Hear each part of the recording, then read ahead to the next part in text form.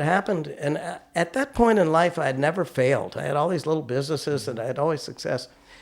Well, for whatever reason, I had gotten orders from Toys R Us for both products. We did a blooming doll, which was a little doll that opened into a flower. It was a flower pot that opened to a puppet and then a doll, and then a thing called Crunch Balls, which was half between a balloon and a foam ball. They were both good products. But Toys R Us, I had got all the inventory, and Toys R Us gave me an order, and they canceled the order, and basically were putting me out of business. And so I had investors in the company, and I had, and everyone said, well, this is it. This guy's obviously a one-hit or a two-hit wonder. And I was getting divorced at the time. Oh, wow. And I had moved to Cleveland as part of my selling the company to Gerber. I had to move to Cleveland. So I didn't know anybody. I didn't have any support system. And I was going out of business. Everything was going bad. Yeah. And all I wanted to do was hide under the bed. I mean, and I bring this up because it's called entrepreneurial terror. And it's something that many, many successful entrepreneurs have experienced in their life.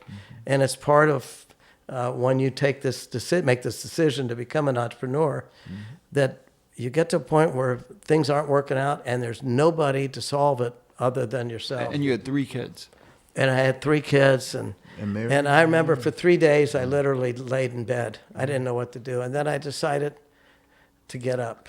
I decided I needed help. I got a psychiatrist. The only time in my life I had a therapist for about 3 months, because I felt like I needed some kind of support system, somebody to talk to.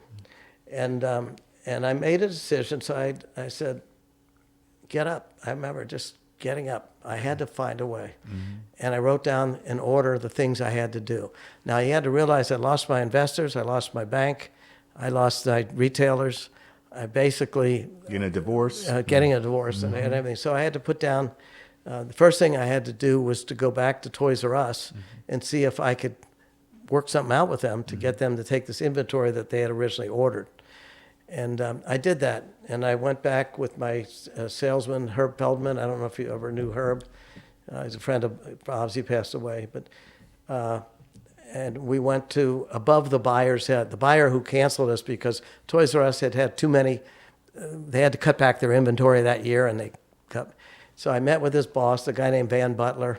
I bring it up because many years afterwards I'd see him, and I'll never forget his name. And I told him a story, and I said, they're being bankrupt, put out of business because you guys ordered. And he said, we need new toy companies far more than we need you going out of business. And we made a deal for him to take the inventory at a discount, but it didn't matter. He took the inventory. Wow. And then I had already developed the product for next year, which I'll tell you about in a minute. It was a good product. I went back to my investors and I told them I got rid of the inventory.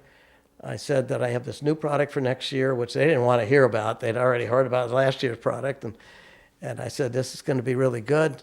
And we restructured our investment. I had to put more money in. I had to get diluted, but we stayed in business. And then I had to get a bank because my bank had quit too. And one of the investors who became my mentor really for some years, he had a bank. He was a successful entrepreneur himself. And he had a bank, and we went to them, and they agreed to be my bank. And what did I learn? First of all, I learned humility. I learned that no matter, because I was kind of a cocky guy going into that, and I learned that no matter how smart you do things, how things worked out, I can't buy the product myself, and there's a certain level of luck that you have to have in your favor. And from that point, the rest of my life, I never was cocky. I wasn't in the dumps and looking at everything negatively, but it got rid of that because that's kind of a dangerous trait to have that cockiness. I